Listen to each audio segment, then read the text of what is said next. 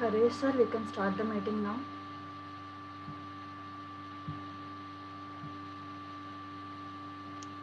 Yes, ma'am. Good morning. Good afternoon. Is my voice audible? Yes, Am I sir. audible? Yes, sir. Yes, sir. Yes, sir. You are Hey, audible, am I sir. audible? Yeah, I'm Ilango. I'm Ilango. I have Yes. entered the room. I have Okay. entered Thank the room. you. Thank you, sir. Thank you, sir. Thank you so much. So, once again, I welcome all the participants for this webinar on film literature and research. And we are at the end of the program, that is the valedictory session. And I would like to introduce the resource person of this valedictory session, Professor N. Ilango, a legendary man in theatrical arts in Tamil Nadu, who is very popular for his contribution for dramas and theater. A very humble and most respectful man whom we all admire and has been a source of inspiration and a role model for most of the teachers and the students. So when we have decided to conduct this webinar on film and literature, the first person who struck in our mind is Professor N. Ilango. And when we contacted him, he was eagerly accepted our invitation, which shows his interest and involvement that he has over the term theater. And moreover, he is the founder and director of Fourth Wall Theater, and he is serving as a drama and acting trainer and a screenplay consultant too. He has also published a book on film appreciation for beginners, which he has been prescribed in many colleges. Regarding his academic career, Professor Ilango has completed his BA and MA in American College, Madurai, and MPhil in Bharatidasan University, and pursuing PhD from in Madurai Kamaraj University. He is the former head and associate professor of American College, and now he is the honorary head in Mannar Tirmalai Naikar College, Madurai. He has served as a resource person in various national and international workshops, conferences, and seminars. Professor Ilango has served as a member of Board of Studies in many colleges like Tasam BV College, SR Naidu Memorial College, Satur, Arlanandar College, and Mejura College, and Meenakshi College, Madurai. He is also a steering committee member in IGNO Gyan Vani. So we are very proud and honored to have you as a guest in this program, sir. On behalf of SR Naidu College, Satur, Department of English, and Lieutenant Dr. Ajanta ma'am, we welcome you once again, sir. Thank you. Thank you so much, sir. And over to you, sir.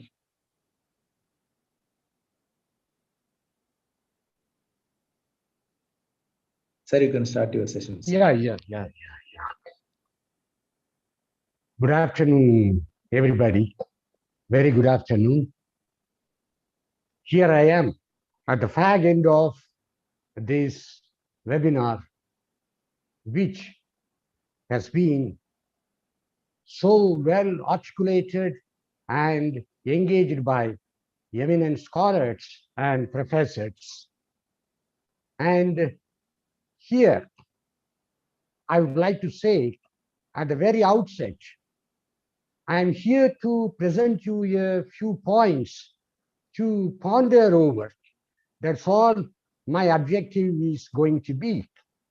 See, and am I sharing my screen?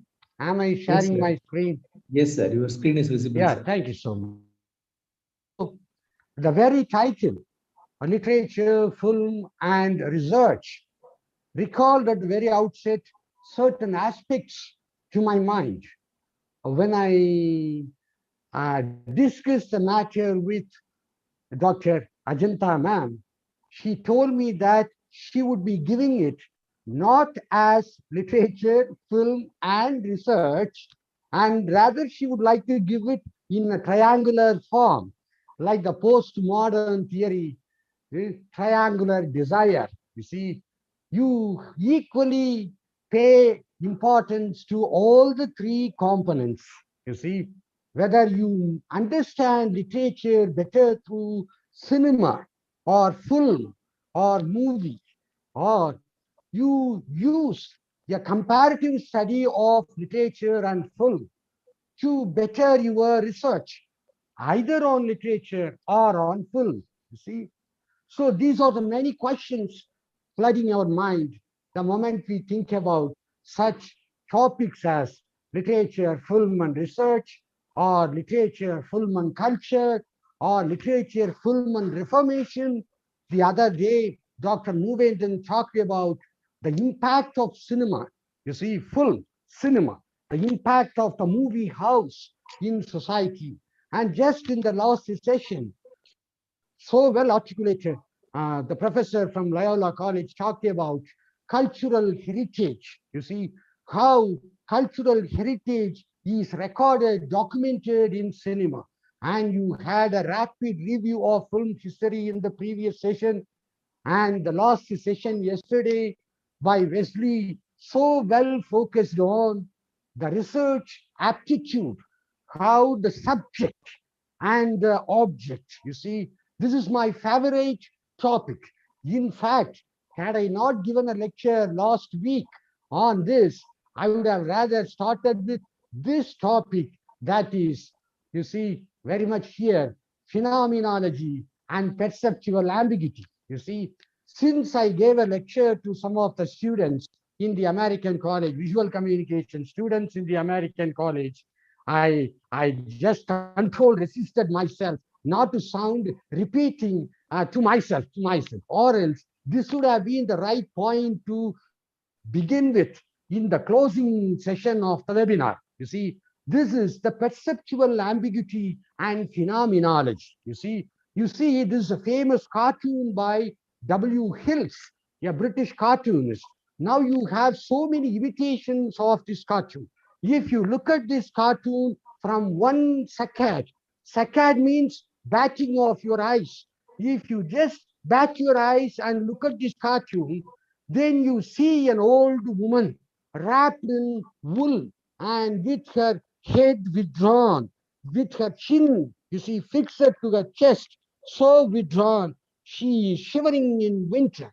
And if you just bat your eyes and look at it, you see a young lady very provocatively taking her eyes off the camera, you see, and this cartoon is aptly titled by the cartoonist as my wife and my mother-in-law. You see, so this is the phenomenology. The subject from the given position perceives an aspect of the object. You see, so still another subject from its given position. For example, if there are film scholars in this webinar, you are going to view the whole webinar as the importance paid to film as cinema or film as movie. You see, if there are literary researchers here, you will be looking out for some points how your theoretical understanding of literature is going to be enhanced by your filmic understanding or the film sources available. All of you are correct. All of you are right from your view. And as a maker, as a speaker, it becomes my responsibility to satisfy both the film audience and the literary participants and scholars, researchers. So this is where an artist stands. So this is called a subject from the given position perceives an aspect of the object. You see, so the experience differs from person to person, medium to medium. That is why when Ajanta ma'am suggested yeah, and should not be introduced in the final position to link the second and the third unit of the subject, I was smiling. I was smiling at her metaphorically that how smart it would be. But as literature people, we wanted to address this seminar as much as possible in the perceptible view, in the comprehensive view. So let me start very unassumingly with the basic idea, you see, that the visual is also composed very carefully like a verbal mood. What you see on projected on the screen or on your television or in your laptop or your mobile phone is just a finished product. It is not the process. Everything would be decided on the editor's table. So in 1925, when people like Sergei Eisenstein, whom I am going to deal with a couple of minutes after, came into arena, the Russian silent masters like Sergei Eisenstein, Kulashev, Pudovkin, these people shook the entire purview of cinema. That cinema is not just projecting something which is captured by a camera. Cinema is rather something which is revised, edited on the table with the help of the director, writer, the editor, the music composer. You see, this is the production unit's job, which brings out. In literature, we used to say, what often thought was never so well expressed. You would have heard of it. What often thought was never so well expressed. So whatever you have in your mind, you have to bring it in a printed page. You see, like the text and play, like the text and play, you have to put it down into a legible, a comprehensive verbal mode. Like that, in the visual also, what often thought was, whatever you have in your mind, you have to bring it to the stock and the frame. What is the stock? Stock is the film stock. Even in digital technology, we cannot forego the what shall I say, the configuration. The stock, for example, is a 16 millimeter format, 32 millimeter format, 70 millimeter format, Super 16 format, or 3D or 2D, whatever. What is it? That decides the quality partly of what you have in your mind as your thought, your creative thought. That is why in my cover page, I had both the camera and the film stock coming up, you see. So the creative thought must evolve into a visual medium. The individual experience, the individual aesthetics must become the shared aesthetics. The raw truth, the selected truth, the projected truth and the received truth. You see, poetry is what is lost in translation, Robert Frost says. Like that, sometimes whatever you had in your mind would have gone topsy-turvy in a movie presentation or a classroom presentation or in a creative art, because it is the receiver who decides. So we try to understand this theoretically. I'm going to tell you by the end of this, by the final part of this address, this interaction, if it is possible, that research is basically based on certain theories and methodologies. The research is basically founded upon certain theories and methodologies. Like that, the verbal mode of communication also. For example, you see, a letter, a syllable, a word, a phrase, a clause, a sentence, a paragraph, and an essay. This is how it evolves into a continuous communication. Like that, in the visual mode, a jot, a line, a form, a design, and an object. It will evolve so. So as you put something in the initial position, or in the medial position, or in the final position.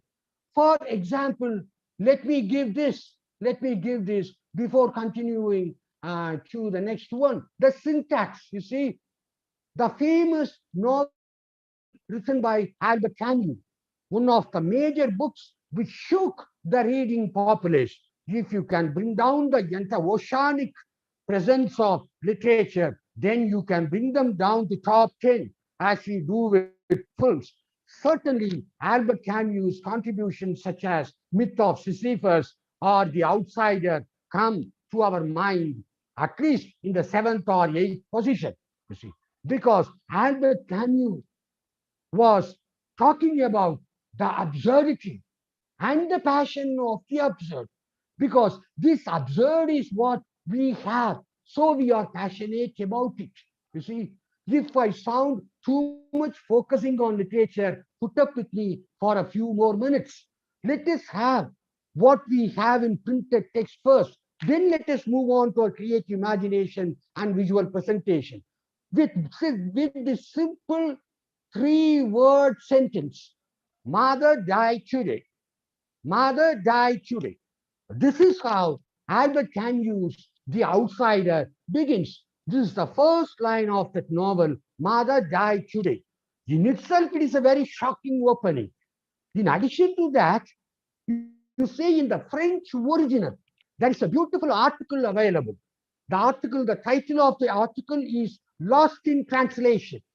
Like Robert Frost saying, poetry is what is lost in translation. Now, Ryan Bloom says, Albert Camus' L'Étranger was lost essentially in the English translation, The Outsider. You see, I do not know French, I should confess. But when I read The Outsider, I was taken aback. It changed my attitude towards life, you see. So even if the English imitation is so, then how powerful the French original should be.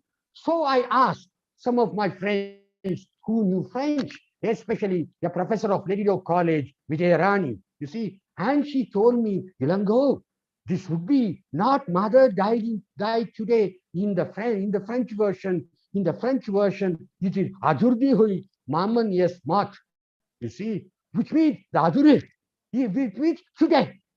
Today comes in the initial position. You see, you have today such films like Run Lola Run, you see, or Interstellar, which focuses on the role played by time in human life. Perhaps some call it fate. Had it happened on some other time, the whole story would have been different.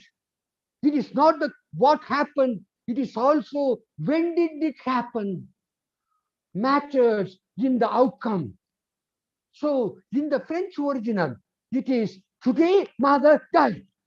Had mother died on Thursday, or had mother died on Monday, Meerschault wouldn't have undergone all these experiences, bitter or whatsoever, passionate or bitter. It is not for us to decide. It is for Meerschault to say. Meerschault leaves the place like Sisyphus. All is well. All is well. I lived my life well. I played my game by my own rules. They are angry because I refuse to play my game by their rules. You see, so it is not for us to decide whether he died happily or sadly, but the day was important. That is why I say that syntax is important. This syntax is not only in verbal mode, in visual mode, you call it mise en scène. You call it what? Mise en scène. It is a French expression which came, one of the speakers touched upon it and left. You see, I will talk about it, I will linger on this point because this is the basis as the Tamil couplet says, Agara Mudala எழுத்தெல்லாம் Adi Bhagavan Mudache Ulagi.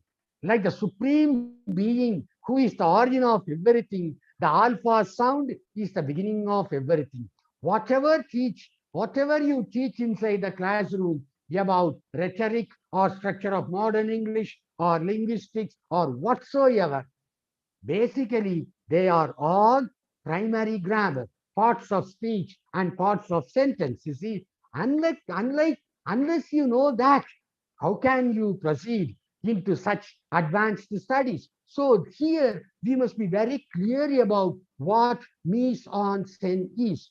Mise en scène has some 10, 11 components, such as the ones I have given here: shot, angle, lighting, prominent and subsidiary, depth of field, form, frame, staging position, and composition. You see, all these things together function. Actually, this term mise en scène came from French theater, French drama, where it means putting on the stage. So this can be read originally as staging. Is my voice clear? Staging. And now when it was adapted into cinema, as method acting in cinema was an adaptation of Stanislavski's system in drama. The Russian Stanislavski was the one who first introduced an acting system. It came to be known as Stanislavski's system. You see, they always went for motivations of the actors. They always focused upon the emotional memory of the actors. That kind of acting came to be known as psychological internal style of acting. Actors like Lee J. Cobb, Dustin Hoffman, Marlon Brando, Vivian Lee, you see, Al Pacino, they are all great actors who are exponents in method acting. This method acting was a rechristened name of the Russian style of acting, Stanislavski's system. This was adapted into Hollywood school. There was a movement called Actor Studio, which adopted that. You see, like that, mise en scène, when it was adapted into cinema from staging, it became framing. As the film stopped, whatever you have in your mind, you have to put it in the frame. You have to bring it into the frame. You see, the audience may have many questions. That's why I showed you phenomenology. From your position, you perceive an aspect of the object. Moovenden talked about social impacts. You see, so the same social impact. For example, there was a question on Moovenden's lecture that Krishna was not a Dalit, Krishna was a Yadav. You see, that is not the point. Kamal Hassan makes a film in Tamil titled 10 Avatars, Dasavadar, where he presents 10 characters. As the unique point is, he did all the 10 characters. You see, 10 characters. I don't know what is so surprising about that, because characterization is important. Who does it is different. But we are all star-centered movie houses. You see, we always focus on who is the actor. You see, is it okay, I don't want to get digressed into that. We are on a more serious topic. So in that film, among many characters, there are characters who are American. There are characters who are Afghanistan. There are characters who are Iyengars. Like that, there is a character who is a Dalit. So moving then focused upon the color of Lord Krishna. Naranam. Naranam means black. Naranam means black. Whom you call Muruga. You see, Muruga means beauty. You see, aesthetics. In Tamil, they call it Murugiyan. Aesthetic studies. Murugan. You see, Lord Muruga. You see, Chenturan. You see, he stands for beauty. You see, Cheyon. In Tamil, they call him Cheyon. He's fair complexion. Fair, not white. He is tanned and fair. Here, Naranam means black. If I am not right, please correct me. Correct me. I am a learner. I am not a scholar like you. I am a learner. You see, so Naranam means black. You see, Kannan is considered to be the black complexioned person. Rama has a black patch in his abdomen. You see, so you have Rama Navami. Ashtami and Navami are considered to be inauspicious. So to bless the days that no day is inauspicious, Rama was born in Navami and Kanna was born in Ashtami. To bless those 2 days, how wildly imaginative these people have been. You see, whether they are socially contributing or not, they had wild imagination without any question. You see, so the point is, so Movin then wanted to talk about the black color of Kannan, but the black is immediately associated with Dalit. So one of the participants had questioned your research. Your research is not complete, Dr. Movendan. Kannan is a Yadav. You see, Kannan maybe so. This is I don't say he was wrong. I don't say he was wrong. How can you compare Kanna, who took sides with the Devas and killed Asuras, as a Dalit? You are neutralizing in the Roland Barthesian way. Don't try to neutralize. Don't try to erase the Dalit identity. Maybe because of that person will have been angry. So this is what phenomenology is. You see. So in mise en scène, you have to arrange things in such a way to give a composed meaning, a holistic meaning, as much as possible as it is for the maker, the author and the receiver, the audience and the reader. So you have shot. You have many shots. You see, the magic about cinema is that, you must all know, the magic about cinema is that in real life, we don't have extreme close-up shot at all. I mean, not right.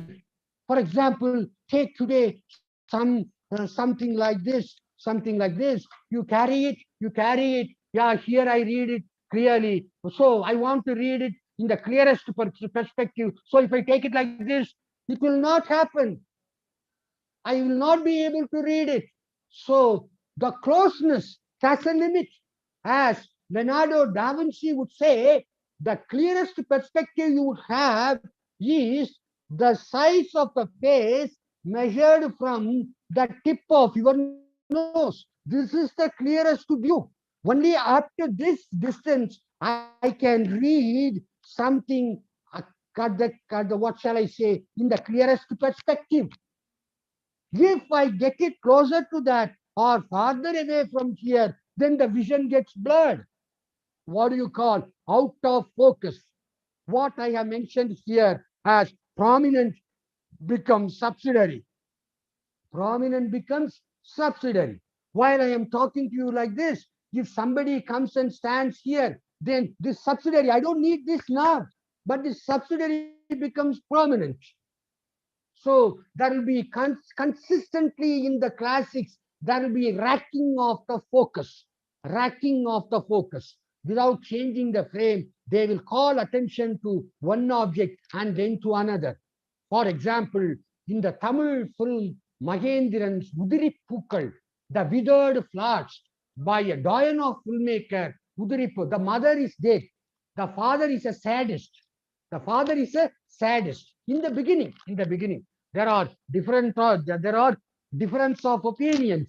For example, I have here a very famous anthology of criticism, Hours in the Darkness, essays on cinema by a famous writer from Karnataka, T.G. Vaidyanathan, my favorite writer. He was a professor. Poor man, no more. I'm very sad. He's no more. Fondly known as TGV. TGV thinks that the father's character, was more sinned against than sinning, like Shylock. You see, more sinned against than sinning, like Roger Chillingworth in Nathaniel Hawthorne's The Scarlet Letter. You see, more sinned against than sinning. You see, like that, there may be difference of opinion, but I'm talking about this shot alone. In that film, the mother is dead. The mother is the only person who takes care of these toddlers. You see, a boy and a girl. The girl is so little girl. You see, she's so innocent. Even the boy becomes something mature because he has a younger sister. It's not the age. It is when you have someone who is lower to you, who is inferior to you, to be taken care of by you, you become responsible. Like Majidi's films, Children of Heaven. The daughter becomes very responsible, you see, because she has a papa. She has a child, infant in her hand to be taken care of. The child becomes for us, she is a child. For her, she is the mother of the putty child, little child, infant. You see, her sister, little sister. So, like that, the mother is also dead by the middle of the film. So people are sitting around in the funeral house, mourning, weeping for the death of the mother. At that time, in the frame, the children are also there. Then what happens? Rack focus. You see, rack focus. Without changing the frame, the focus is racked. What you see now is not the corpse of the mother in the prominent, but rather the smiling face of the child in the prominent. Now, your sympathy in a fraction of a second is shifted from. It is a paradigm shift. When the syntax shifts, when there is syntagmatic shift, there is a paradigmatic shift. That is what I mean by that. You see, what happens? You see the smiling face of the young child, the daughter, the girl, and now you feel the dead is blessed. What is this child going to do? The only person the child had was her mother. Now the mother is dead. Who will take care of this child? Now your sympathy, your pity is shifted from the child, from the mother to the child because of the syntagmatic shift. That is what a shot, an angle, a lighting, prominent subsidiary, depth of field and other things can do in mise-en-scène. When you watch a film, you cannot watch a film as you are watching me now. That is why even now I'm deliberately changing my positions and producing new objects here and there so that you will get this feeling that movie has different forces. Shouldn't we talk about the experiences of theater? We should talk about the experiences given by various literary genres and the experience given by performing arts like drama and cinema. Don't we? Certainly, we should do that. We should understand. We cannot, teachers going to the classroom and, I'm sorry, I too was doing that for a long time. Teachers going to the classroom and teach poetry, drama, novel, short story, cinema in the same way. Theme, character, plot structure, characterization, moral vision, language. If it is poetry, it is imagery. If it is novel, it is again something else. you see, language. And if it is drama, it is dialogue. You see, that's all. Only the nomenclature changes. Our approach doesn't change. So how can we change it? How can we, as you see the beautiful, the excellent professors approaching cinema and literature from various viewpoints for 2 days, you see, how are we going to approach it? Each and every genre. You see, inside a movie house and inside a drama theater, inside a playhouse and inside a movie house. You are watching a drama. You are watching a movie. What is the basic difference? Both have the auditorium darkened as the play begins. I'm talking about proscenium arts theater and traditional cinema. I'm not talking about other things at present. We can talk about that. We can talk about surrealism, expressionism, neorealism. Now you see all these things. But at present, I'm talking about proscenium arts theater, which takes the collective view into a single point perspective with the help of the flags, wings put on either side of the stage. As the stage goes, the wings get closer and closer, and finally you get what we call a scene, a cyclorama, a scheming you get. You see, so this wide perspective is focused to a single point perspective. Then from this single point perspective, each will take his or her own message. That is phenomenology. It is the author's job to get there all these perspectives into a single point as he wishes the product to be seen and understood. So what happens inside a theater, inside a playhouse? Inside the playhouse, what the front row occupant sees, front row audience sees, or is not the same as what the last row audience see. What the person in the highest position of the gallery see.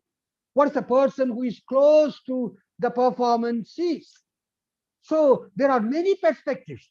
That is the dynamism of theatrical experience. And also, no single performance, play performance could be, can be, even if the actors try, can be the replica of the same as before and after. Each and every performance would be unique because of the dynamism and the presence. Dynamism and it is in the present. If somebody claps his hands, then the actor would pass. I wouldn't just recite, go on. I wouldn't just go on reciting and do a pass. If nobody claps, I would continue doing it. You see? So it is in the present. Drama is in the present. Whereas cinema, what happens? Cinema is a product. Whether you clap or whistle or even if you tear down the screen till the projector is stopped, it will go on. This is the drawback in cinema. What is the merit in cinema? The merit in cinema is it can go as much as near to the director's view, the author's view as possible. How? Because both the front row sitter and the last row sitter, the one who is on the right and the one who is on the left, all these people, you see, all these people, if it is a close-up, they will get a close-up. If it is a long shot, they will get a long shot. So with cinema, you can draw the focus to the prominent. That is the power of cinema. Since in real life, there is absolutely no possibility of extreme close-up shot, cinema becomes a myth. The film characters, the TV, television characters become household names, more household than a character which appears in a novel or a character which appears in a poem. A character which appears in cinema or in a television drama becomes so much illusionary that you feel like knowing them because you see them in the extreme close-up. So a shot should be understood as the camera distance the distance between the object and the camera. The shot has also another expression, that is the filming expression. For example, a shot can also be interpreted as the continuous filming of an object or an event. Continuous filming of an object or an event, which happens between the director calling out start camera and calling out, you see, cut.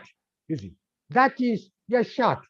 But here, as mise en scène, we call a shot as the distance between the object and the camera. You see, camera distance. It is not really the distance. If the lens is adjusted, I am talking from the viewer's point of view. From the viewer's perspective, I am talking. So shot, there are many shots. Extreme close-up shot, mid shot, full shot, or mid-long shot. You see, long shot, extreme long shot. You see, and each and every shot has its own metaphorical function. For example, an extreme close-up shot calls your attention to a secretive, vicarious experience. And the close-up shot creates an affinity between the character and the viewer. A mid shot is like an interaction. You see, a long shot opens up the character. An extreme long shot puts the character against the background and tries to give a philosophical meaning. Like that, the angle. There are many angles. Primarily, there are low angles. You see, low angle. If you place the camera in the low angle, if the audience feel like seeing from below, then the character appears monstrous or stronger or phantasmagoric. You see, even the nostrils should appear wide. And if it is a, what shall I say, frontal angle, it's not a low angle, it's a front angle. You see, it's a mid angle. If you put it as a middle angle, what happens is, this is what you see in majority of the TV shows. You see in the TV shows, because you feel like conversing. It is domestic. It is domestic. If you take the camera to an elevated position, then the character will appear diminutive. And if it is an overhead angle, like Laurence Olivier's excellent performance of Hamlet's soliloquy in the film version of it, famous soliloquy, to be or not to be, what happens in the cinema? The camera runs through the dark and winding corridors, a breathtaking shot, you see, a continuous shot, a single shot, long shot. You see, the camera runs through the dark and winding labyrinthian corridors, like running into the maze-like labyrinthian psyche of Hamlet. See, and it climbs the stairs and goes to the battlements, go to the open terrace, and gasp for breath. Point of view shot, gasp for breath, and then it pans, tilts, pans, looks around. He finds Hamlet seated on the parapet wall, and the camera rushes to, you see, close-up shot and the overhead angle, and the camera sees the particle in the swerve in the head of Hamlet, and the camera rotates as if penetrating the brain, the thought process, the cognitive corridor of Hamlet, and then it tilts up the oppressing cloud, and it tilts down the lapping waves. Then it goes to Hamlet. Hamlet says, to be, the clucking of the tongue, not to be, he says. Beautiful shot. So you feel the shot, angle, and also lighting. There is something called high key lighting. There is something called low key lighting. There is something called high contrast lighting. In addition to certain positions of lighting. You see, positions of lighting also play a very vital role. For example, if you put the camera, if you place a light above the head, then what will you have is a butterfly lighting. Rembrandt lighting. If you put the light straight, then the features get flattened. If you put it in the side, then the features come out. So you need a combination of lighting. You see, if you put the light behind, switching off the lights in the front, you get what we mean by silhouette. You see, that gives a mystic, a mysterious feel. So all these things together, like the word, the combination of words, the rhythm of words, the rhyme scheme, or the length of the sentence, which would impart some emotion into your mind. This mise en scène will indirectly, very subtly, they will make you understand something. All through his life, Akira Kurosawa, the famous Japanese director who directed such great films like Rajaman, Seven Samurai, Ikuru, August Rhapsody, you see, Red Beard, Ran, Throne of Blood, The Bad Sleep Well. You see, Ran is Shakespearean, he is Kurosawa's adaptation of Shakespeare's King Lear. And Throne of Blood was his adaptation of Shakespeare's Macbeth. You see, in Throne of Blood, audaciously, Kurosawa wouldn't have used even a single line from Shakespeare's text, but he would use the entire text visualized on the screen. Nobody has done it, nobody is going to do it. Because even if you have the visual medium, when it comes to Shakespeare, you cannot forego the lines of Shakespeare. Even if it is Ophelia's death, when you can present Ophelia's death or Cleopatra's arrival visually with so much splendor and emotion, you can do it. With every detail, to the last detail, you can present it. But still, you want to have the dialogue, the lines of Shakespeare played off the recorder. Why? Because the visual is important, but Shakespeare actually used the visual language. He used the verbal mode to visual expression, you see, but you consider the language as a masterpiece, the verbal language as a masterpiece. You don't want to deprive the audience of that language. Even a postmodern filmmaker like Roman Polanski, who has made such experimental films like Knife in the Water, doesn't forego Macbeth's Shakespeare's line in Macbeth. He was actually getting an emotional outlet for the tragedy of his family. His beautiful wife and his friends were butchered down by religious fanatics. You may have heard of that story in history, Charlie and his daughters, Charlie's family, Charlie and his daughters, which later was alluded to in Quentin Tarantino's latest film with a different ending, Once Upon a Time in Hollywood. Once Upon a Time in Hollywood. Roman Polanski's beautiful wife was killed by religious fanatics. Roman Polanski was not able to come out of that. When he was ready to make films, the first film came to his mind was Macbeth. I want to make Shakespeare's Macbeth to get the surrogate, what shall I say, the catharsis for my pent-up emotions. So he made Macbeth. But even while it is being a personal agenda, even while he sprinkles the entire cinema with dampened blue color and red everywhere, blood everywhere, you see, he doesn't forego Shakespeare's dialogue. But Kurosawa, retain is foul and foul is fair, hover through the fog and fill the air. The visual will tell you that fair is foul and foul is fair, hovering through the fog and fill the air. You see, that will be a fog, that will be ruinage. Beautifully Kurosawa would do. This Kurosawa, forever and ever, when partly I smiled because when Ajanta ma'am talked about the triangular arrangement of cinema, literature, and research. Partly I smiled because I was reminded of Kurosawa. I'm not flattering, ma'am, but it is true. This feeling came to my mind. This idea came to my mind. I was partly reminded of Kurosawa, who was an expert in triangular shots.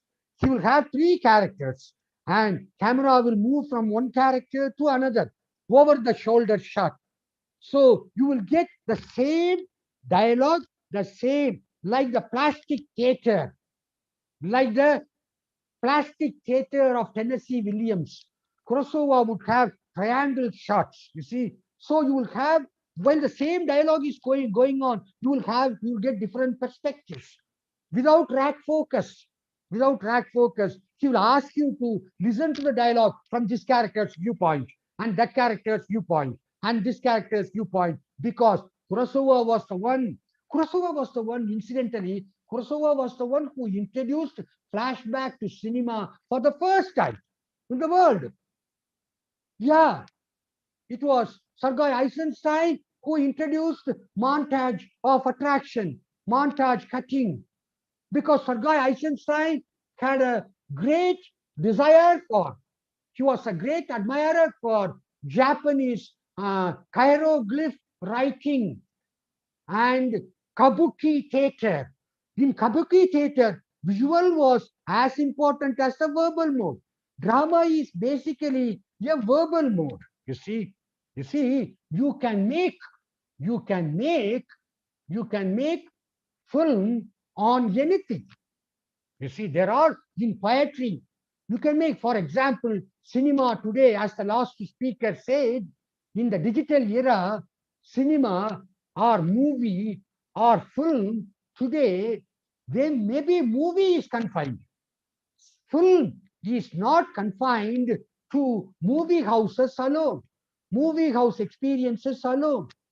There are music albums, there are shorties, there are anthologies, there are video recording of drama, there are actually film adaptations of drama, there are novels being read by authors with what you call pictorial theater, story theater.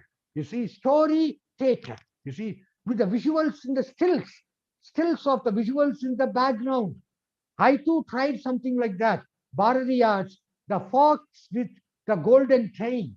I tried in illustrated theater form.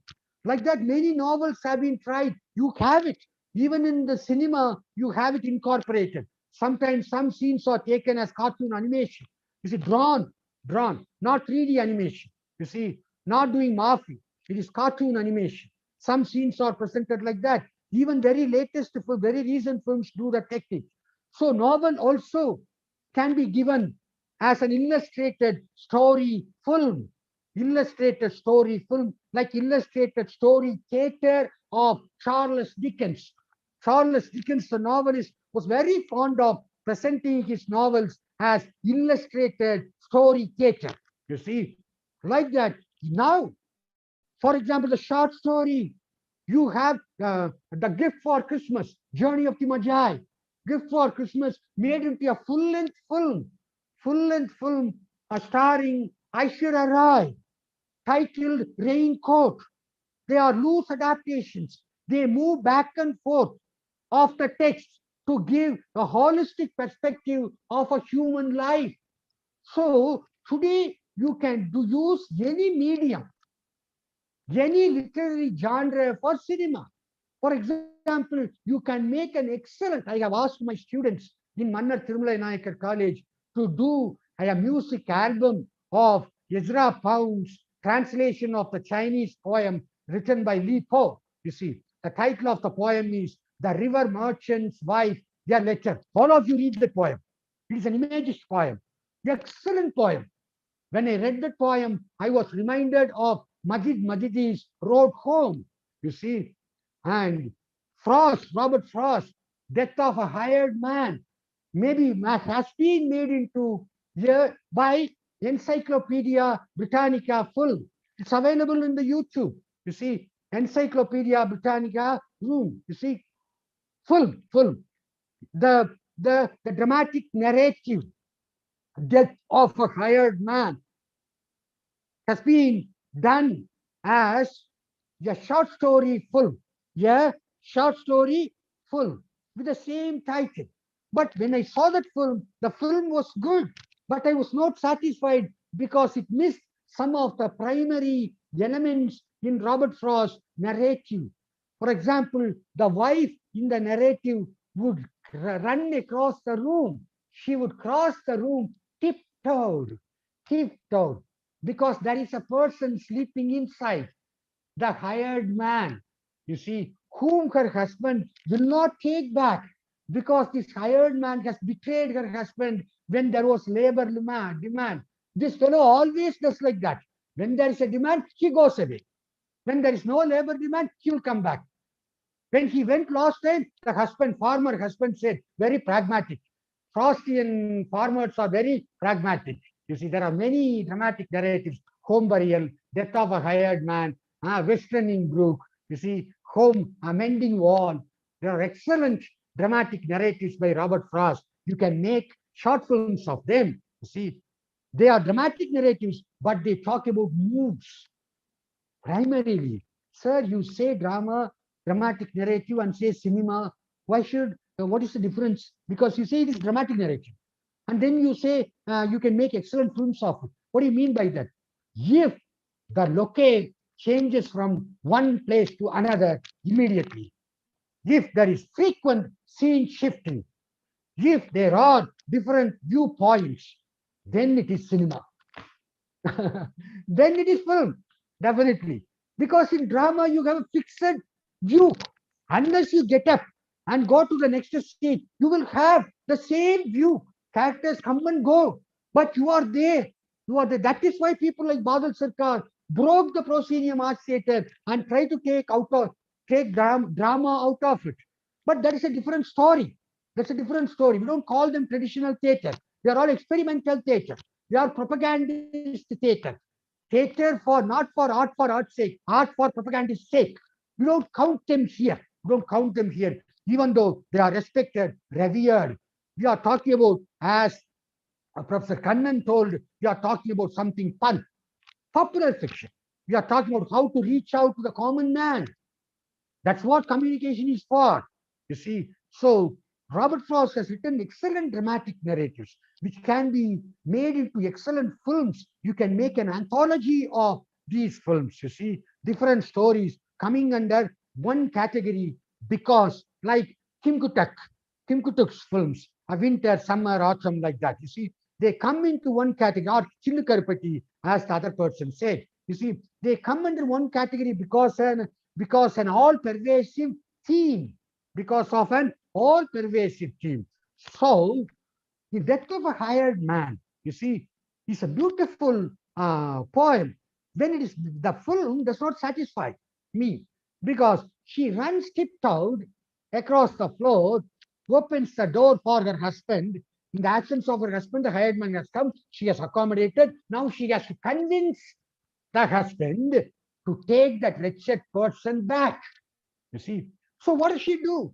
She opens the door, pushes her husband outside, and closes the door behind them, puts her hand on the shoulders, make him sit down on the steps and sit by his side and says, Silas is back.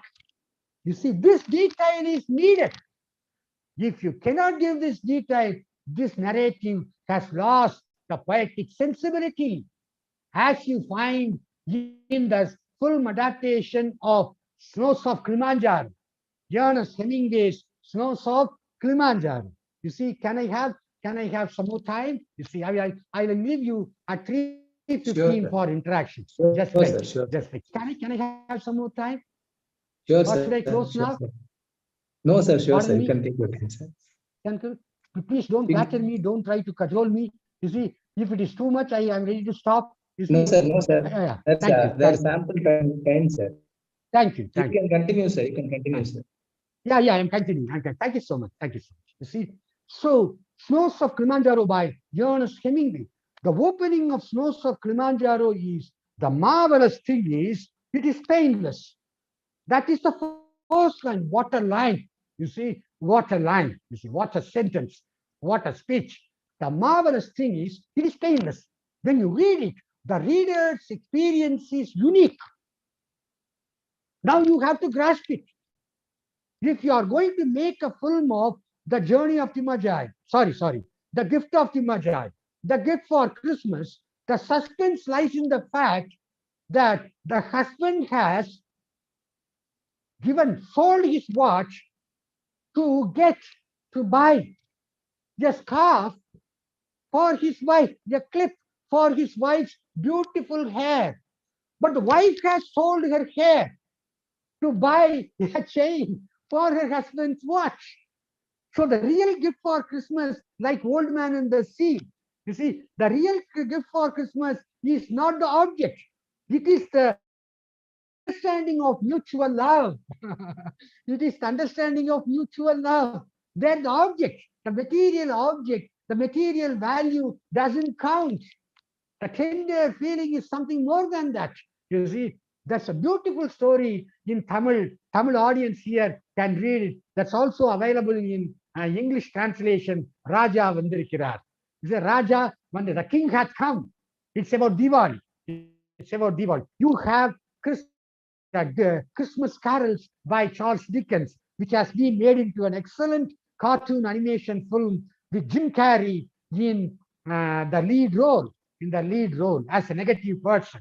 You see, as a pessimist, Jim Carrey has done that role in the cartoon animation.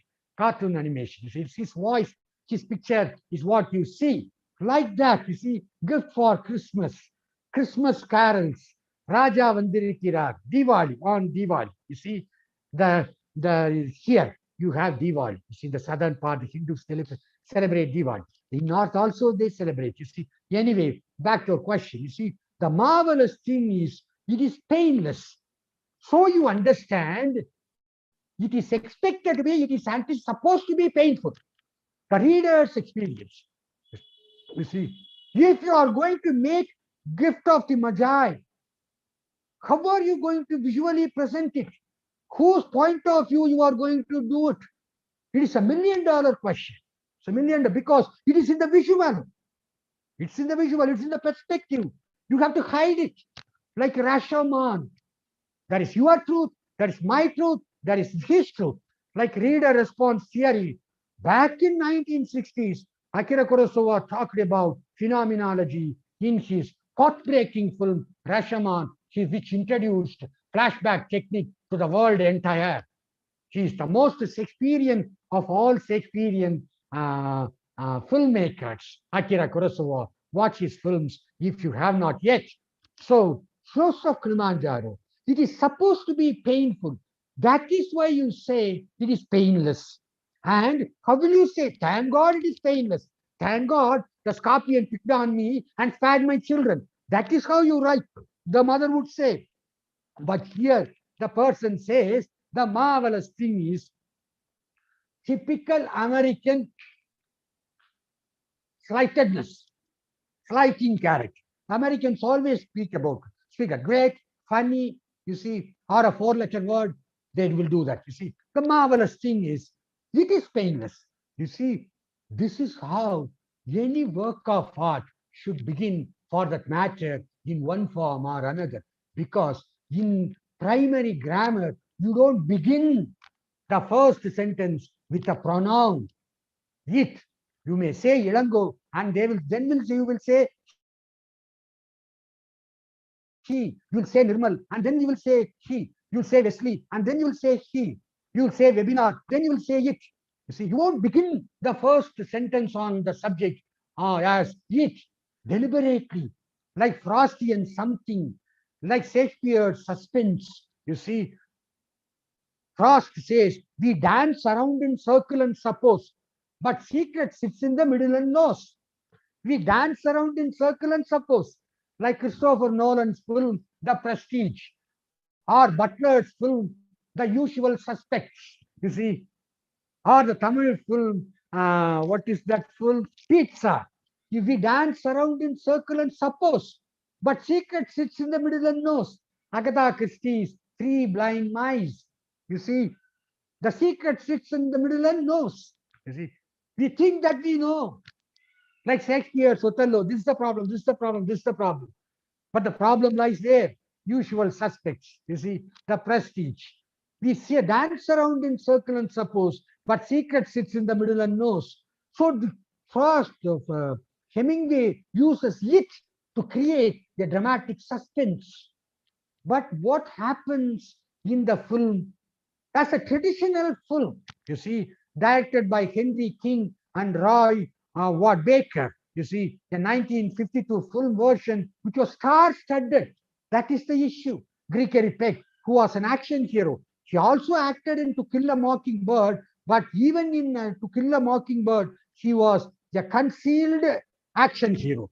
He's actually an action man, but others think, his children think that he is not an action man. You see, he's not a hero like Basha, or like Bruce Lee's Return of the Dragon. Others do not believe him, but he is actually an action hero. You see, so here, Gregory Peck, when Gregory Peck was casted, it became a jungle film, a safari.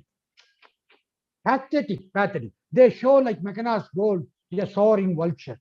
Vulture came only after this first sentence. So when the position is changed, the suspense is lost. When they do it like a traditional establishment shot, it is lost. So we should know what the medium we are choosing. We should be very careful. You see, in fact, novel is closest to cinema. Shakespeare is an exception, but novel is closest to cinema. Why? Because novel has descriptive passages, narrative passages, and dramatic passages. The descriptive passages can be remade into cinema as scenery. You see, that is why many of Charles Dickens's novels have been made into excellent films. Excellent films. There are even many versions. You see, for example, Oliver Twist. You see, Oliver Twist, the David Lean version is there. Roman Polanski's version is there with Richard Attenborough, with Gandhi fame Ben Kingsley. Richard Attenborough's Gandhi fame Ben Kingsley doing the role of Fagin, the pickpocketer. Fagin, you see, that film is an excellent film. David Lean's version is a faithful version. Roman Polanski's version is a subaltern version of Oliver Twist. And you even have an Oscar-winning musical titled Oliver. In all these versions, Charles Dickens appeared so good. He said, because Charles Dickens, the novel genre in itself is most suitable. Because the narrative part can be given as action. The dramatic part can be given as dialogue. So all these three components are available in novel. Whereas in drama, you cannot call the attention to that. Whereas in poetry, you cannot call the attention to that as much as you can call it in novel. And in short story, you have a limited space. You see, unless you go back and forth, the novel is an ideal mode.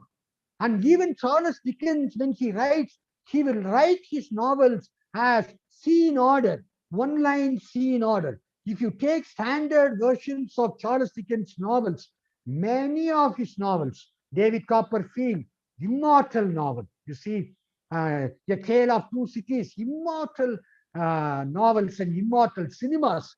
In cinemas, you see, I don't have time to go into those films, you see, and you also will be very tired now after the afternoon session, a Sunday afternoon session. So novel is closer. Shakespeare is an exception. Why Shakespeare is an exception? Because Shakespeare has frequent scene shifting, and there is economy and compression in Shakespeare's scene. So you have cuts. When you make films, the film does not linger in one place. For example, Macbeth, short scene of the witches, then the short scene in the King's Court, and the short scene in the witches and Macbeth meeting, and back in short scene with Macbeth's wife. There are short scene, economy and compression. So Shakespeare makes very good cinema, not only in the content, but also structurally he makes. So today, the entire oceanic world is lying open before you.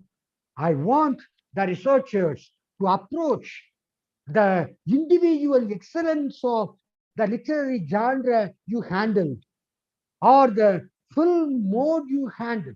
Is this film a realistic film? We need, you see, as I have told you, we need the theoretical basis. You see, if you see a film, an expressionistic film by Bergman, Igmar Bergman, Seventh Scene, to name one. You see, there are many whispers and sounds. You see, there are many. Virgin Spring, there are many his films. To name one, I say, you see, Ingmar Bergman, Seventh Scene, expressionistic film. German expressionism came from there, not from novel, not from drama. It came from cinema. Expressionism was the need of the hour. Because of the World War, there was a dearth in films, film roles, because chemicals were gone, chemicals had been taken to war to make bombs, gunpowder. So there was a dearth of films. So what the directors who could not live without making films, the audience who could not live with living films, what did they do? They retrieved the films. You see, for a film which runs for 2 hours and 20 minutes, if you use a film camera, what you need is 1,200 meter film, foot of meter film. But you know how much is shot generally, even in a shoestring budget, minimum budget, shoestring budget, they make at least 6,000. I am talking about very small budget, 6,000 meters. You see, 4,200 meters. What happens to the rest? Rest is cut and dumped. 1/3 of the film shot is dumped, either in the bureau for link shots borrowed by others, or it will remain there. So these German filmmakers retrieved films from there and from different films. They cut and joined and edited them and gave them as a film. So the film should not have a regular, traditional Victorian plot structure, Aristotelian plot structure. The film would have disjointed, fragmented narrative. That is expressionism. Surrealism denied the entire storytelling aspect. Surrealism came from cinema. André Breton, the painter Salvador Dali. These two people combined together and made surrealistic cinema. Surrealism came from cinema. You see, it was not from literary genre or even from painting. Dadaism came from painting, from Tristan Tzara, whom Hemingway refers to in Snows of Kilimanjaro. So what I mean is cinema, if you watch a cinema, a new wave cinema, neo-realism. The other day we talked about one of the lectures, the resource person talks about the heroes. That is why in neo-realism, you see, they used non-professional actors. So you can take them for characters.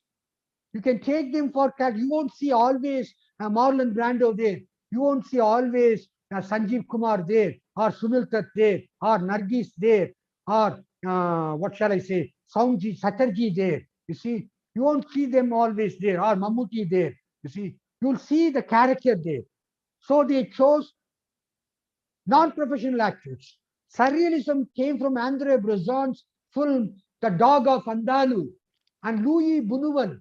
His films, at least watch the film The Milky Way, because other films like Phantom of Desire, the discrete desires of bourgeoisie cannot be watched in with family. They have candid scenes. They topsy-turvied everything. You see, candid sex scenes. The Milky Way is an excellent example, classic, made by Louis Buñuel, Luibuñuel. Watch them. These theories came from cinema. So if you watch a cinema, a realistic film or formalistic film or magic realistic film like Color of Paradise, you will understand this better than reading volumes of books and theories. Of course, you have to give them in the verbal mode when you go for research. Even though today visual modes are also accepted for documentation, finally your project is going to be bound and given. So you have to base them on certain theories and methodologies. This full mode will make understanding very easy. For example, if you are approaching a character, one example I have given, I'm going to stop at this point. In the concluding part, you may try to reach at Bracha-Yettinger's matricial gaze when you talk about feminism. For example, I'm not suggesting anything. For example, if you are asked what should be done for this gender prejudice or gender divide, like class divide, like racial divide, for this gender divide, then naturally the contemporary psychologist, you may know her, she's known as Queen of Psychology, Bracha-Yettinger. You see, she came to Madurai American College last year. I was there when she delivered the talk on matricial gaze. I listened to her. You see, I talked with her later. Matricial gaze is inclusive of all perspectives because there was a clash. That clash also started with cinema. What you call male gaze, female gaze. You know, Laura Mulvey, you may, I'm sorry, I slipped into Tamil. You see, Laura Mulvey, you may be reading female gaze, which is a reaction against male gaze. Because in movies, they showed the camera, you see, served the male viewpoint. So the voyeurism was reserved for male. Female body became a consumer product. Mahasweta Devi's breast stories, Beyond the Bodies, Cholike Biche, you see, or Draupat, you see, or the breast giver, you see. All these things talk about how woman's body has become a consumer product. The African women writing, they are subjugated, double-edged.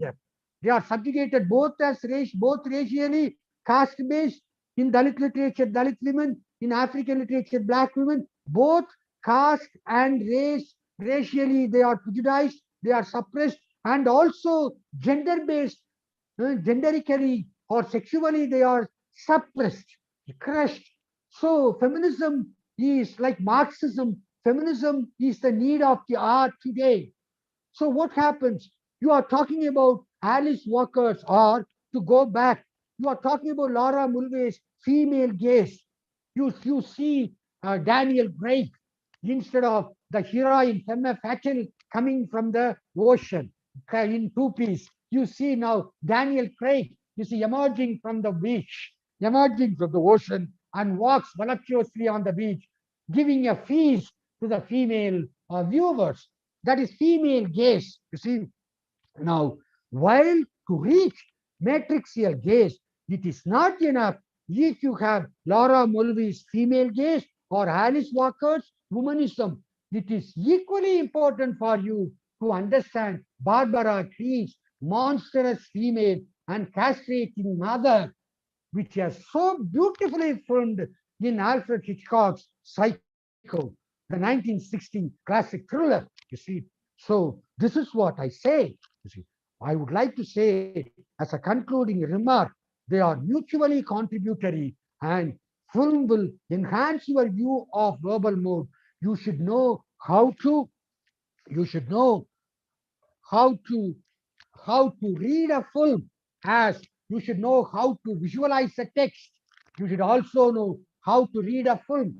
That is an excellent book, old book, but many editions, revisions have come. This is a book by James Monaco titled as How to Read a Film. And that is an excellent book. You see, there are many books written by this author whom I am talking about. This is Sid Field. Sid Field's books on screenwriting. If you read them, you will understand how these things function. You see, that is Maselli's 5 C's of cinematography. These books will be very contributory for you to understand not only film, but also literature. So read these films, enrich yourself. If you have any question to ask, you see, you can ask me. You see, a single still can do a miracle. You see, this is a Tamil still of a film, Tamil film, that it is a disyllabic, it's a disyllabic word, mori. Mori means language. You see the still, it is like a musical notation. See, the question is, what is language? Is not music a language? And the BGM is silence. Then the next question is, what is music? Is not silence a form of music? So a film will have many layers of meaning. It is for you to unravel these layers as you read the text and subtext of both the verbal and visual modes of communication. Sorry for putting you waiting for a long time. You see, thank you so much.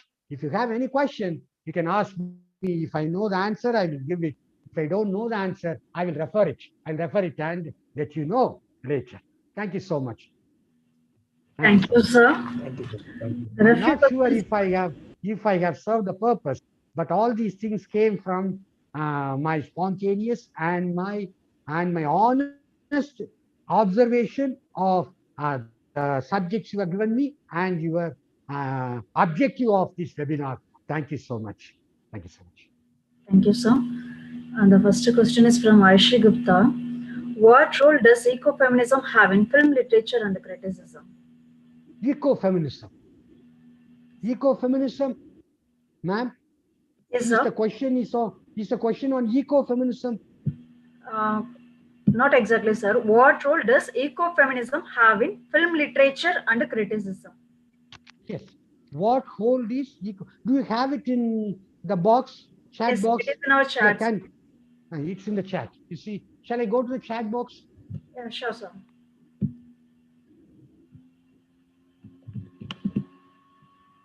Just a minute, just. You can check it recently also, sir. I have Yeah, posted. yeah, I have yeah. copied. You come back again with the question. What take What role does ecofeminism have? ecofeminism? You are talking about ecofeminism.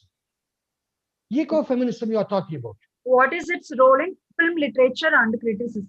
That is her question. Yeah. Ecofeminism is primarily on the factor that nature and women as stakeholders, nature and women are equally exploited. Nature and women are equally exploited. When nature is exploited, women are the primary stakeholders. So women are more affected by the exploitation of nature than men are. In fact, ecofeminism started from India. The tree hugging and the other movements started from India. When people went to fell the ash trees, there are so many films on ecofeminism. For example, you see, I'll finish the first fact. You see, then government auctioned the ash trees to a private body. This private body went to fell the ash trees. So the women there in that village, you see, they hugged the trees. I can say they hugged the trees. I can also say they hugged the trees.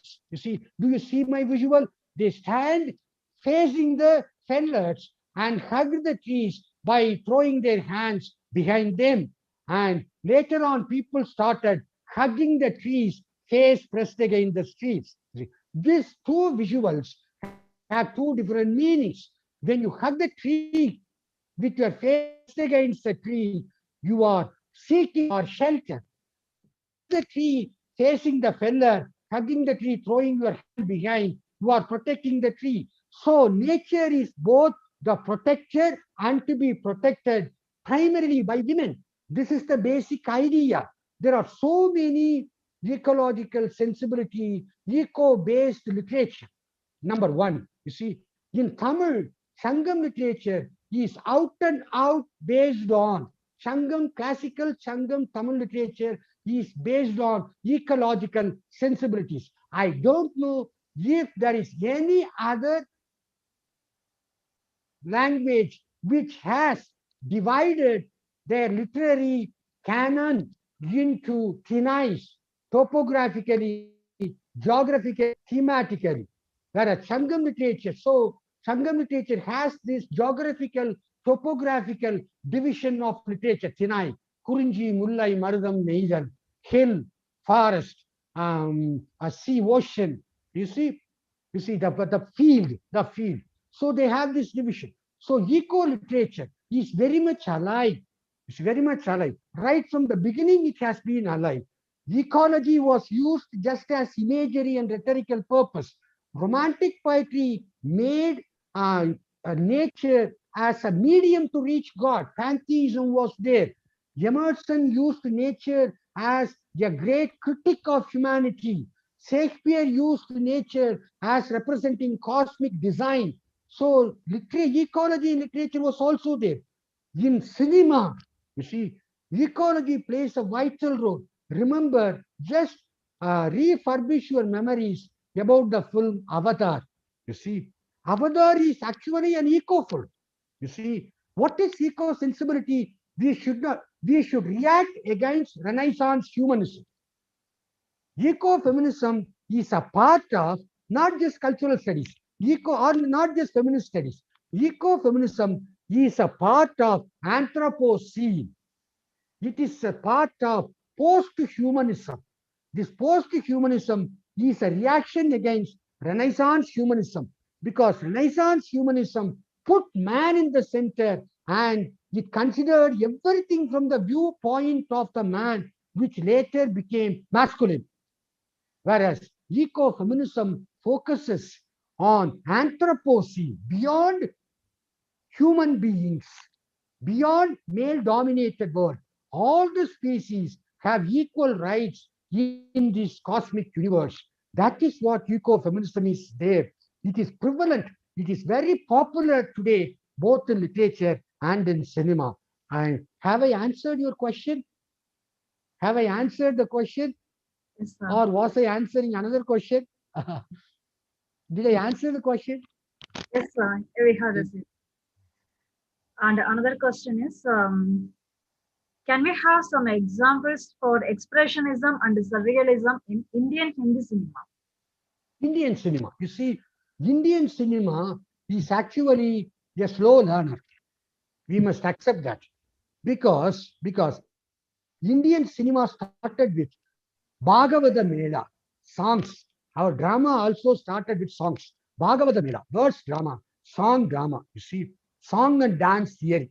You see, the Greek song and dance theory. Pod, antipode, like the classical theatre. You see, chorus, choric theatre. Then cinema became totally drama. You see, during national struggle, independent struggle, cinema became a socialist medium.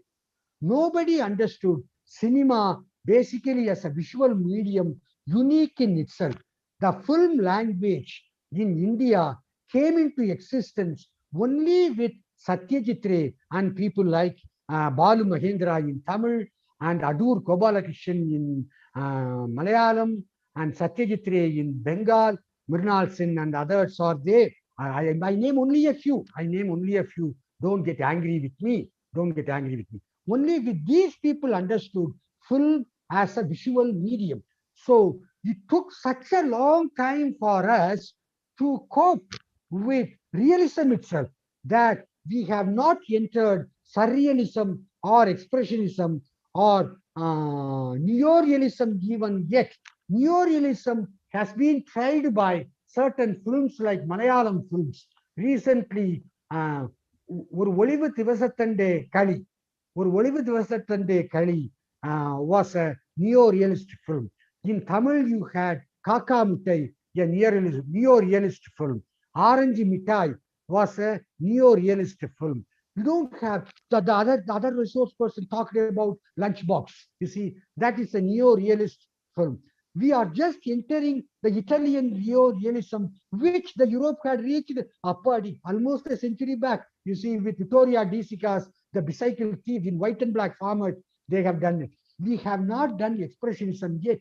We do it in some choreography. For example, certain imageries here and there we give, but Indian cinema, for that matter, is pathetically lagging behind, if I should confess. So, the another one is from Dr. R. Saravana Silvakumar.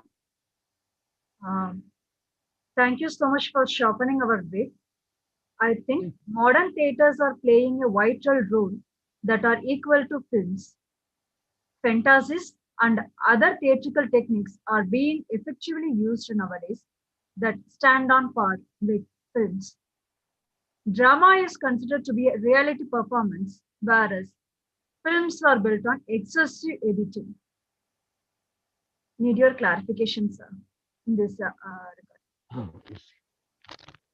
What is, this is the first question I should have elaborated upon.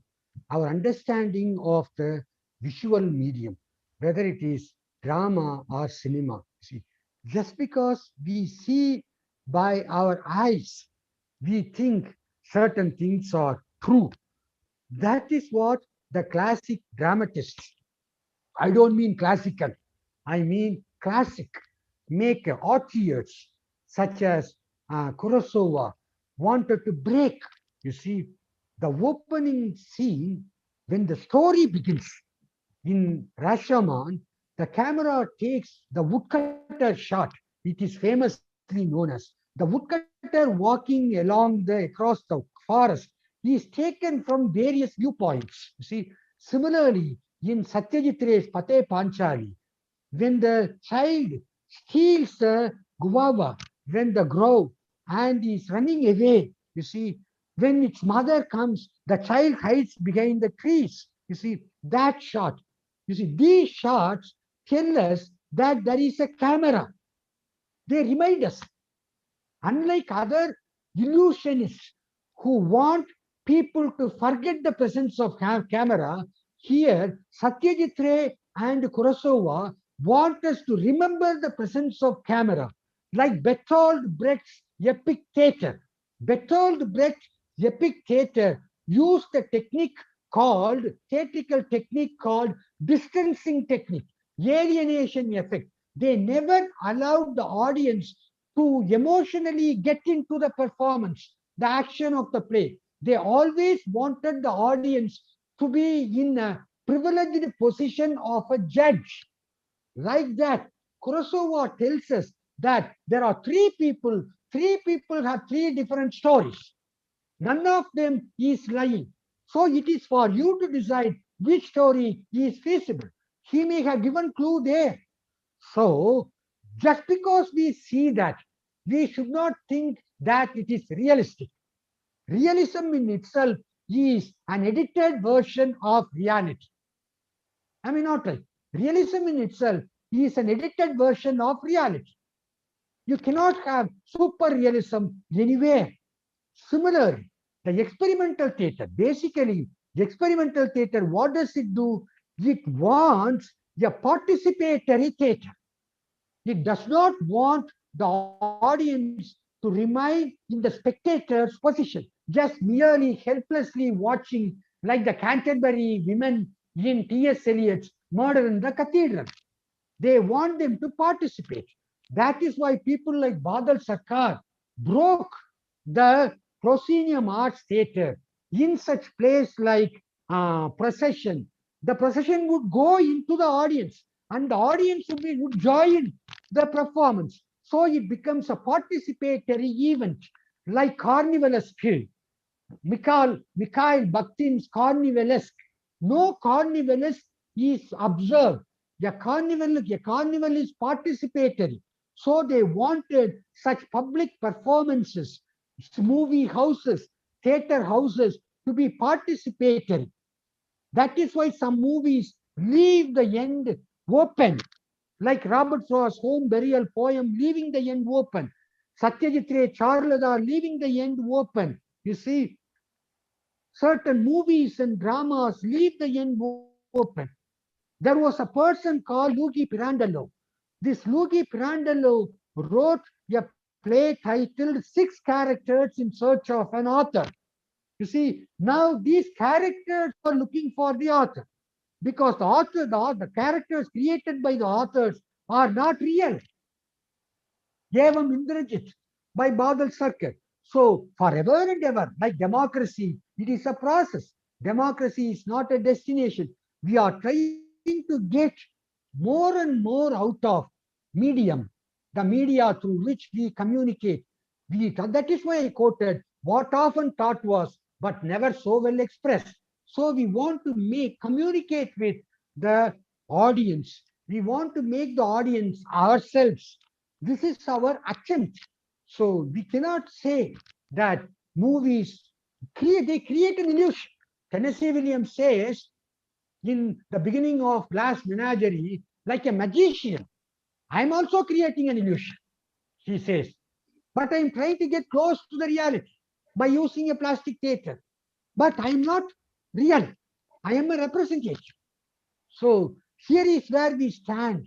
Like democracy, we will be trying, we will be improvising, we will be finding new medium, like what was possible in movie houses now has become possible in Netflixes. Like that, Amazon Prime Videos. Now you can buy any film you want to. Certain themes, which is not possible in movie houses, now is possible by the personal platforms like Netflix. You see, so we have been trying. Let us keep on trying. That is why old people like us come to this webinar, or you researchers, to find to new and newer ways to give something to the society. That alone I can say. That alone I can say. Yes, sir. Thank you, sir. And there is another question from Dr. Varadarajan. What are the things we used to bear in mind while watching a movie? Would you please raise the decibel of your voice little? Yeah, sure, sir, sure. Your voice is good. My hearing is bad. Your voice is good. So would you please raise the decibel of your voice little higher? What are the things we used to bear in mind while watching a movie to understand what the director wants to convey? Very, very good. Very Army, beautiful question. You see, what are the things we have to keep in our mind while watching a film as meant by the director? You see, you should have this question in your mind. You should, when you are watching a film, if you are a critic, there is a difference between a viewer and a critic. A viewer, even a critic can be a viewer. Even a viewer can be a critic. If you want to view a film as a viewer, forget everything. Just watch the film. Be spontaneous. Laugh, cry, say fi, whatever you want to say. Just let the film carry you away. That is the viewer. Then after the film is over, ask question. You see, because you have film study, because you have mise en scène. When you ask the question, you see, what are the things which made me like the film or dislike the film? This is one. You see, if you want to know what the director wants to say, then you analyze the film critically according to the mise en scène. Just because of an angle, a character would have become good to you or bad to you. That's all I should say. Thank you very much. Thank you, sir. I request our convener, Mr. Haresh Nirmal, to propose the vote of thanks for this session. Okay, ma'am. Okay. Thank you so much, sir, for your most impressive lecture about the various aspects that are involved in drama, theatre, and films. So we are amazed by your versatile knowledge over films and literature in many languages like French, English, German, Tamil, and your lecture was like a director explaining the concepts. So we admire your body language, and you are delivered the way you delivered your thought. So we have a satisfaction of watching a film for the past 1.5 hours. We have become a students and we enjoyed your lecture. Do you certainly mean that it was boring? No, sir. No, sir. Because 1.5 hours. I knew I was eating into your time, but this is the problem with inviting old people like me. No, sir. No, sir. Actually, we were mesmerized and we were awestruck to see your lecture. There are more number of participants. They are asking to follow you as well as they have wanted to study under you, sir. Yeah. We have more number of feedback in our chat, sir. Many participants have asked how to become a student of you now. I'm flattered. Yes, sir. So your explanation of the scenes are like a moving picture in our mind, actually. So many participants have taken aback seeing your enthusiastic presentation and versatile knowledge over various fields of film and literature. So we are very much fortunate and gifted to attend your session, sir. Your contribution to the film, theatre, and drama will definitely be remembered in history.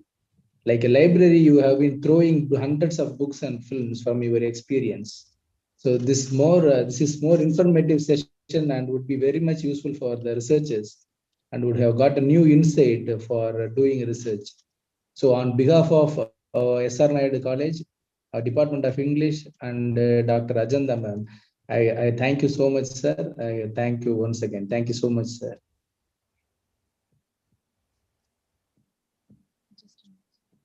Ajanta ma'am, you can proceed with the vote of thanks. Yes, just a minute.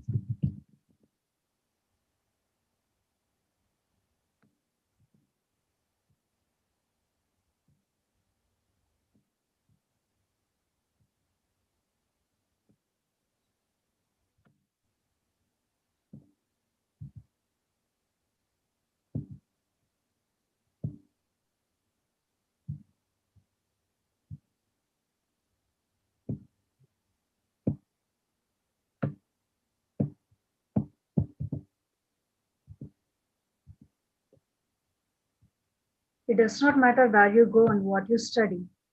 What matters most is what you share with yourself and the world.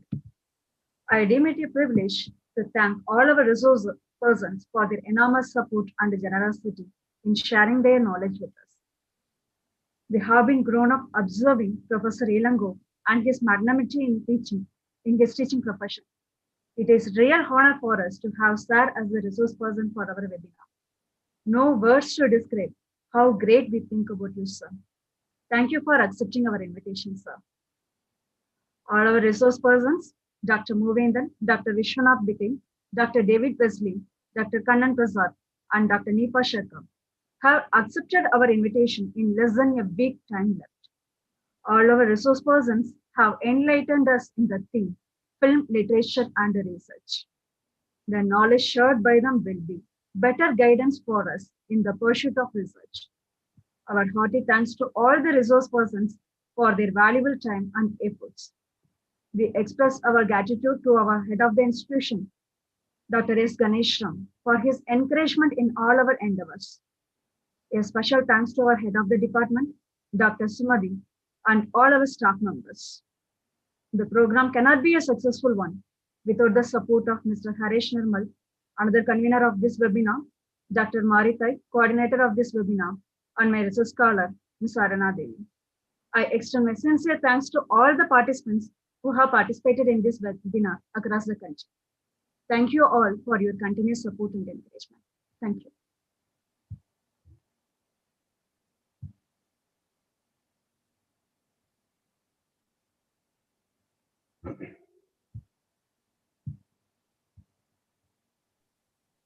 Shall I leave the meeting? Yes, ma'am. Yes, sir. You can leave the meeting, sir. Thank you, sir. Thank you so much for your time. Thank you so much. Thank you, sir. Participants, feedback link has been posted in the chat box. You can fill up the form now. Feedback link for the last session has been posted in the chat box.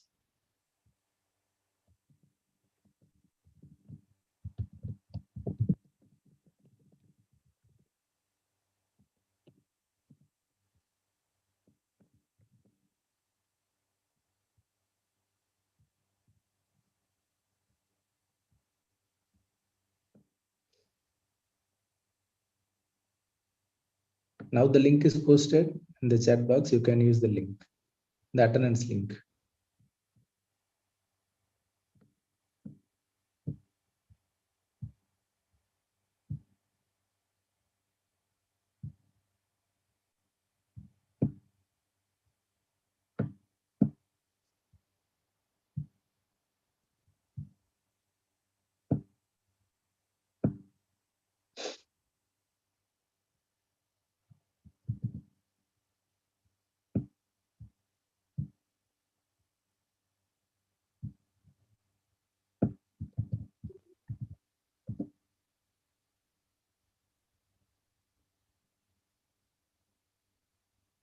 Dear participants, we are sharing the link for certificate to get your certificate.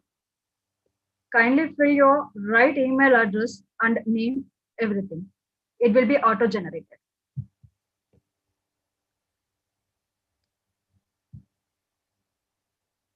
See, last session oda link வந்து கேக்குறாங்க. Actually last session link தான் அனுப்பணும் இல்லையா? நீங்க எனக்கு அனுப்புனது. ரெண்டுமே தான் G. ரெண்டுமே இருக்கு அதுல. ஆமா. ஆனா நீங்க போஸ்ட் பண்ணீங்களா அது லாஸ்ட்டுக்கு கரெக்ட். லாஸ்ட் குறிதானா? இல்ல ப்ரோ அண்ணனுடைய செஷன் சொல்லி இல்ல சொல்றாங்க. அந்த நேம் மாத்திரம் இருந்துச்சு, இப்ப சேஞ்ச் பண்ணிட்டோம். சரி. Okay okay.